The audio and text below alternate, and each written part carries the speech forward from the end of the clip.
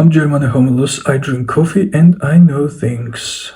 45 ეპიზოდის თემა არის გონებრივი და ფიზიკური მოძრაობა. რა არის ორი მთავარი რამ ადამიანის ადამიანად და შემდგარ პიროვნებად ჩამოყალიბებისთვის? რა არის საჭირო? გონებისა და სხეულის ვარჯიში. მოძრაობა და მხოლოდ მოძრაობა.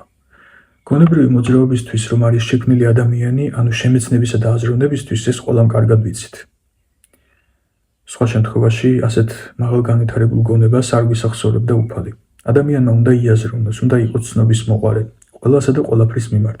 შეისწავლოს ცხოველები, მცენარეები, ბუნება, ნიადაგი, ფიზიკა, აღმოაჩინოს ნივთიერებები, განავითაროს მედიცინა, შექმნას კერძები, ისწავლოს მშენებლობა, გაერკვეს ფილოსოფიაში, იკითხოს აზრიანი და ღირებული შინაარსის წიგნები.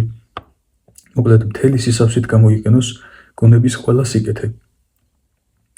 სულ სწავლისა და კვლევის პროცესში უნდა ვიყოთ ადამიანები. ოღონდ აქ ჩნდება ერთი დიდი ოღონდ. მხოლოდ გონებრივი მოძრაობა არ შეიძლება და ვიმოძრაოთ ასევე ფიზიკურადაც. ანუ უნდა ვივარჯიშოთ. ეს ვარჯიში და სხეულის დახვეწილობაზე ზრუნვა, თანამედროვე ტრენდი, მოდა და გამოწვევა არ არის. ბევრს გონია ესე, მაგრამ არ არის.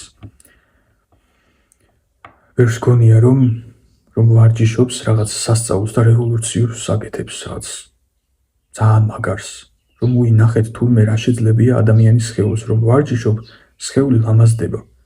ეს არა არც ტრენდი და არც რაღაც გასაოცარი აღმოჩენა.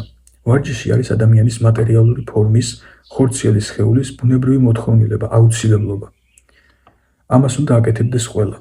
ამაში განსაკუთრებული არაფერია, რომ ვარჯიშობენ და მე აღარ იციან როგორ იმარიაჟონ ამ ნავარჯიშების სხეულით, ფიქრობენ რაღაც განსაკუთრებულს აკეთებენ. ახლა წარმოიდგინეთ ვიღაცა რომ ადგეს და კბილების გამოხეხით იმარიაჟოს. ან ბანაობით, ან წვერის გაპარსვით, ან სუნთქვით. ნახეთ ხალხო რა მაგრად სუნთქაო. ზუსტად ასეთივე სასაცილოა ვარჯიშით მარიაჟობა, ტრაბახობა და ამით ყურადღების მიქცევის საცოდავი მცდელობა.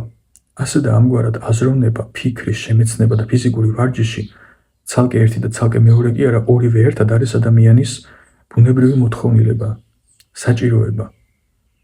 სრულფასოვან პიროვნებად ჩამოყალიბების ორი მთავარი საწყისი.